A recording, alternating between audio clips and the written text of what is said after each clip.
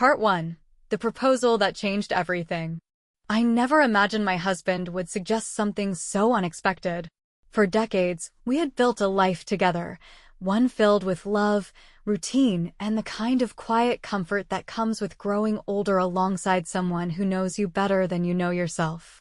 But last night, everything I thought I knew about love, trust, and commitment shifted in a way I could never have foreseen. My name is Vanessa, and I am 60 years old. For 40 years, I have been married to Henry, the man who once made my heart race with excitement and whose laughter filled our home with warmth. When I was 25, I chose him over the life my parents had planned for me, running off to build something of our own. We raised 3 incredible children, saw them off into the world, and settled into a quieter existence, just the two of us.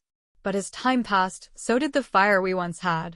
It didn't disappear, not entirely, but it softened into something steady, predictable.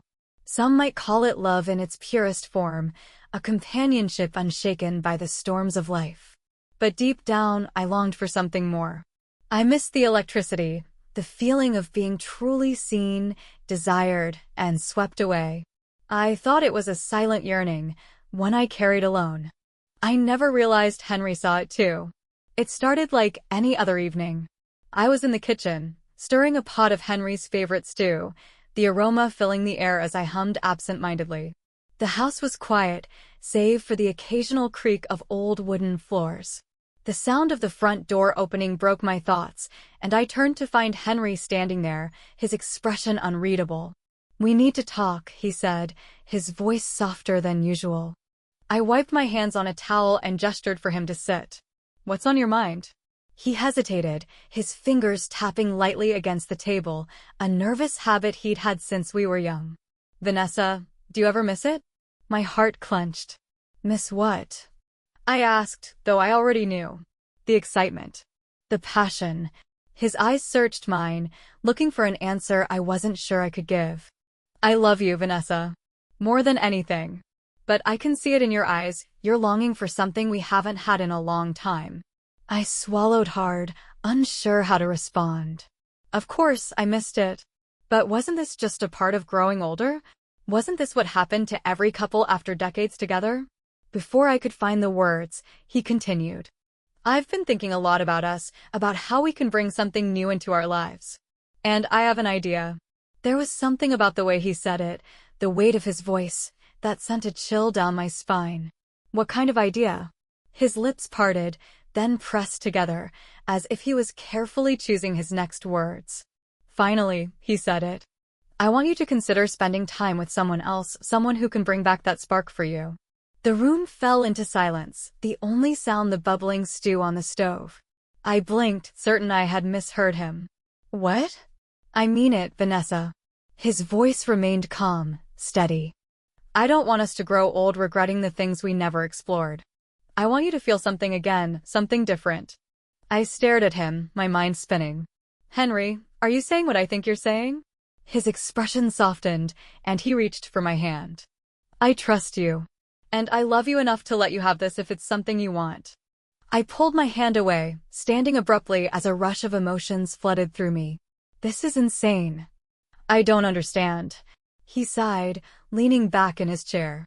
"Vanessa, I see the way you look at life now, the longing in your eyes when you think no one is watching. I see the way you light up when you talk about the past, about the way things used to be. I don't want you to just remember that feeling, I want you to experience it again."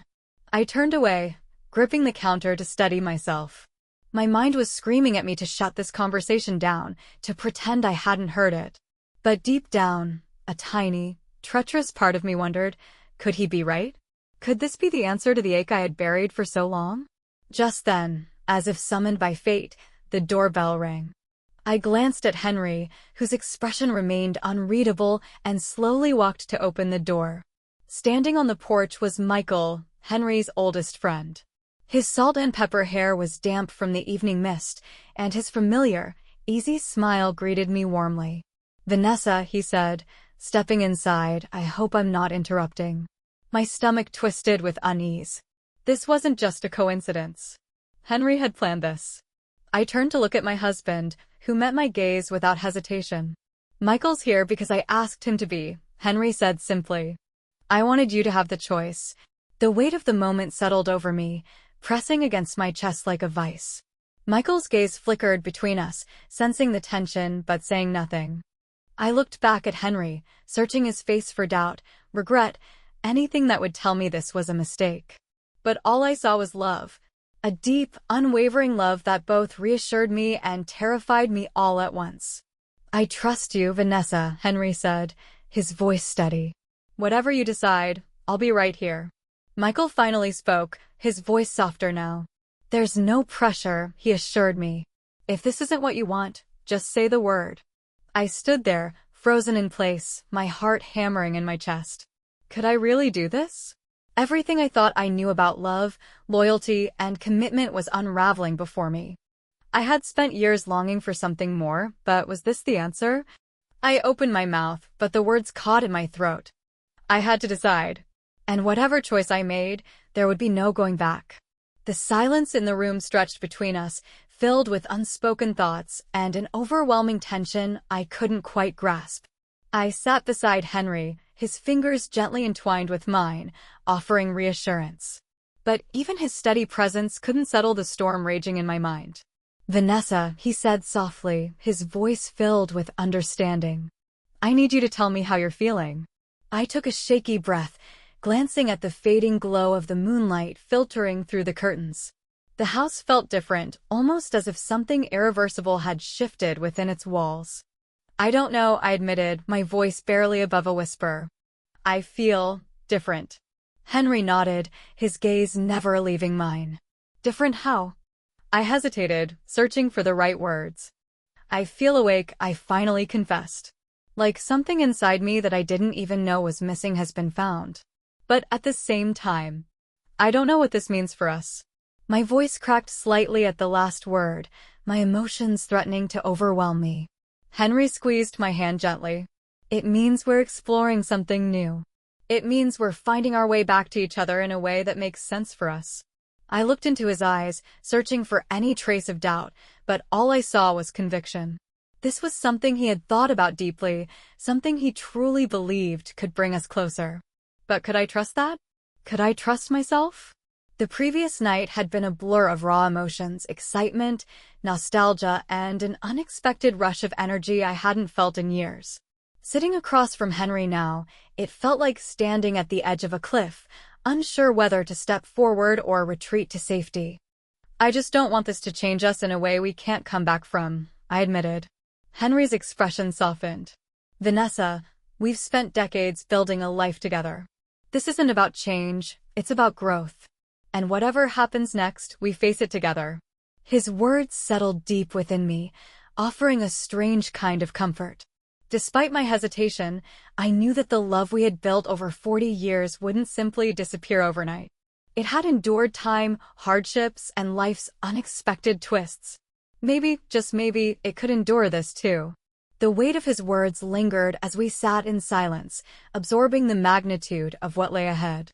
The morning light was beginning to creep in, casting long shadows across the floor, signaling a new day. A day where nothing was certain except for the fact that we had stepped into uncharted territory. And now, there was no turning back. I searched Henry's face, my voice trembling as I whispered, "Are you okay?" His gaze softened, and a gentle smile crossed his lips. "I am," he said simply, his voice steady yet filled with something deeper. Seeing you light up like that, it made me realize how much we've taken for granted over the years. I love you, Vanessa. And I want you to have everything you need to feel truly happy and fulfilled. His words were meant to reassure me, but they left a lingering uncertainty in my heart. Could love be this selfless? Could his willingness to support me come without sacrifice? But what about us? I asked hesitantly, unsure of where we stood. What does this mean for our marriage? Henry took a moment, considering his words. I think it means we're stronger than I ever realized, he said with conviction. This was never about pushing us apart. It was about reminding us of what we have, and how much more we can still discover together. I let his words settle, but doubt still clung to the edges of my thoughts. I don't regret it, I admitted. But I'm scared, Henry. Scared of what this might do to us in the long run. He reached for me then, pulling me into a tight embrace. "We'll figure it out," he murmured against my hair. "Together. That's all that matters."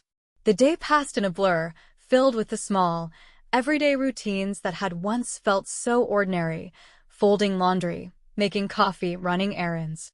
Yet, everything felt different now, as though the world around us had shifted ever so slightly. Beneath the familiarity, an unspoken truth lingered between us, something neither of us fully understood yet. That evening, when the doorbell rang, my breath caught. I opened it to find Michael standing there, a hesitant smile on his face. He looked different, not in appearance, but in presence. He was cautious, uncertain, vulnerable. "Michael," I said, stepping aside to let him in. "Come in." He hesitated for just a second before crossing the threshold, his gaze flickering toward Henry, who sat calmly in the living room. They exchanged a look, something unspoken passing between them, before Michael turned back to me. He exhaled, rubbing the back of his neck. "I wanted to check in. Make sure you're okay." "I'm okay," I said, though my voice wavered slightly.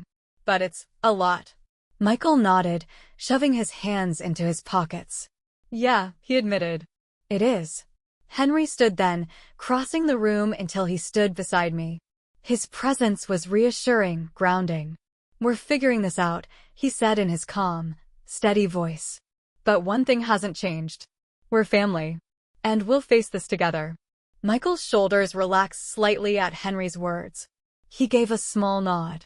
"Thanks, Henry. That means a lot." That night, the three of us sat together in the warmth of the living room, our conversation slow at first, but gradually easing into something more natural. We talked about the past, memories of laughter, family traditions, and the bonds that had carried us through the years. There was something comforting in that familiarity, a reminder that no matter how complicated things had become, we were still connected. And as the night wore on, something inside me shifted.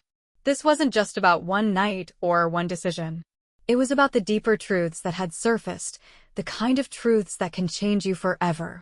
It was about Henry and me, about a love that had endured for decades, one strong enough to evolve, to withstand challenges neither of us had ever expected.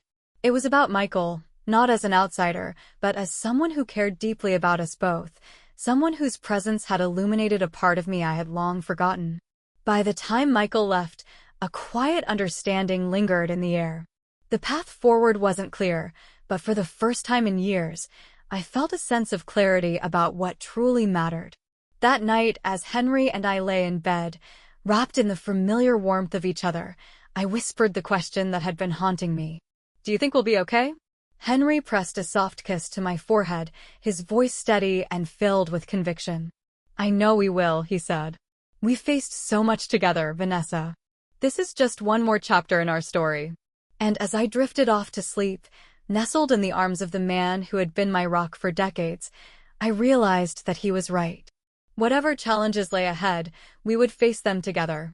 Because at the heart of everything, our love had never wavered. It had only grown stronger. The days that followed were a mixture of clarity and uncertainty. Life resumed its usual rhythm. Henry and I fell back into our daily routines. The house settled into its quiet stillness, and Michael returned to his own world. But something fundamental had changed. Henry and I talked, really talked, more than we had in years. For the first time, we confronted the quiet distance that had crept into our marriage, the loss of excitement that we had never fully acknowledged. What had happened wasn't just about rekindling desire. It was about rediscovering us. One evening, as we sat on the couch, Henry took my hand in his and looked at me with quiet intensity. "Do you regret it?" he asked, his voice soft but serious. I took a deep breath, thinking about everything, the emotions, the uncertainty, the moment that had changed everything. "No," I said finally. "I don't regret it." Henry exhaled, nodding slowly. "Then what do you feel?" I searched for the right words. "It reminded me that I'm still capable of feeling deeply," I admitted, my voice trembling slightly. "For so long, I've been a wife, a mother, a caretaker. I forgot what it was like to feel seen, to feel wanted." Henry squeezed my hand. "That's all I ever wanted for you, Vanessa. For you to feel alive. To feel loved. Tears welled in my eyes, and I returned his grip. I do feel loved, Henry, I whispered. Not because of what happened, but because of you. Because of the way you love me. Because of your patience, your strength, your willingness to let me rediscover myself. That's the greatest gift you could ever give me. And in that moment, I knew. Love isn't just about passion or excitement. It's about trust. It's about evolving together, about choosing each other every single day, even when the path is uncertain. Life had given us a moment to reflect, to break free from the confines of routine, and to embrace something new. It had forced us to confront fears, desires, and unspoken truths that had lingered between us for years. It had made us stronger. Michael still visited occasionally, though his presence carried no tension. He had been a mirror, a reminder of the parts of me I had forgotten, and for that I would always be grateful. One afternoon, as Michael was leaving, he turned to me with a knowing smile. "You're different now," he said. "Happier." I nodded, returning his smile. "I feel different." He chuckled. "I didn't do that, Vanessa. That was always inside you. You just needed to find it again." And he was right. That night, as Henry and I sat outside watching the sun dip below the horizon, I leaned my head against his shoulder, feeling a peace I hadn't known in years. "Do you think this will change us?" I asked softly. Henry wrapped his arm around me, holding me close. "It already has," he said. "But in the best way. It reminded us of what we have, and how much we still mean to each other." I smiled, letting his words sink in. Love is never perfect.